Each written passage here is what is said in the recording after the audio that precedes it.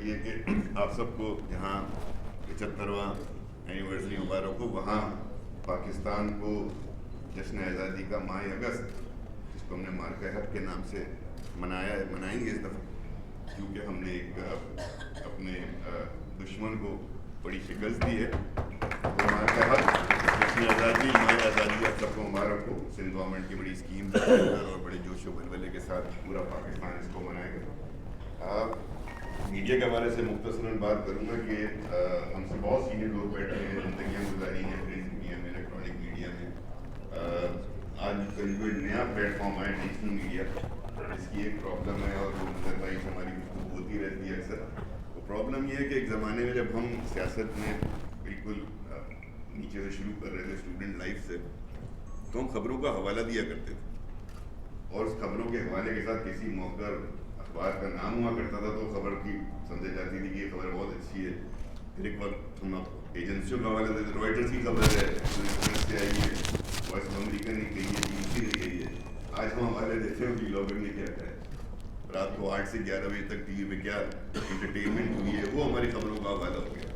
تو میری تو آپ لوگوں سے گزارش ہوگی کہ ان حوالوں کو درست کرنے کی ضرورت ہے، کیونکہ ان کی وجہ سے بڑا انتشار پھیل رہا ہے. ایک ولاگر، ایک ڈیجیٹل میڈیا میں بیٹھا ہوا بندہ بغیر کسی تحقیق و تصدیق کے 2 منٹ کی 3 منٹ کی ولاگ کرتا ہے، اور شام کو ہم دیکھتے ہیں کہ ٹی وی پہ جو ہے وہ اس خبر کو ایک معتبر ذریعہ بنا کر، جی بھائی بٹ صاحب، پورے ملک میں انتشار پھیلا ہوا ہے اور تمام لوگ اس خبر پہ لگے ہیں. اور آخر میں ہوتا ہے کہ جی وہ ولاگر کہتا ہے جی میں تو فلاں، اس کے پاس کوئی ذریعہ ہی نہیں. تو ہم کیا، ہمارا ملک جو بہت کچھ سہ چکا ہے، اس کے بعد جب ہم آگے بڑھ رہے ہیں تو ہمیں اتنی اچھی اپرچونٹی ملی ہے.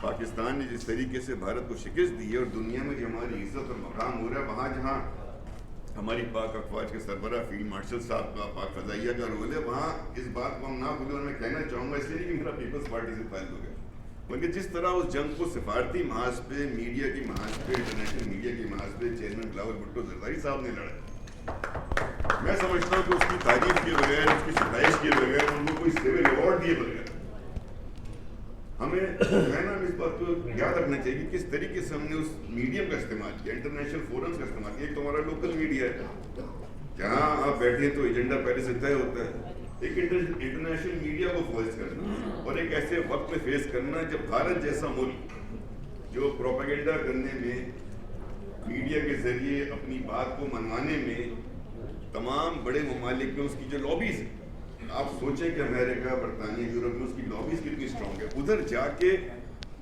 اسی میڈیا کا یوز کر کے آپ جیسے دوستوں کے جو ہمارے بیٹھے ہیں وہاں پہ اپنے مقدمے کو لڑنا اور پاکستان کو سفارتی محاذ پر بھی فتح دلانا، اس میں بھی میڈیا کا بڑا اچھا رول تھا. بلاول صاحب نے اس کو چیمپئن کیا.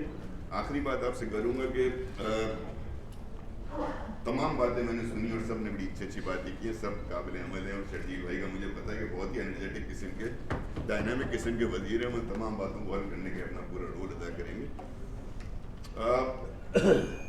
ایک نعرہ تھا، میں آپ کو پتا میرا ماضی کسی اور پارٹی سے رہا ہے، پھر میں نے پاکستان پیپلز پارٹی جوائن کی ہے، لیکن جس وقت الیکشن کیمپین میں تھا میں 2007 میں 27 دسمبر کی رات مجھے نہیں بھولتی ہے، ہمارے ایک کارنر میٹنگ ہو رہی تھی. اس کارنر میٹنگ کے دوران یہ بڑی افسوسناک خبر آئی محترمہ کی.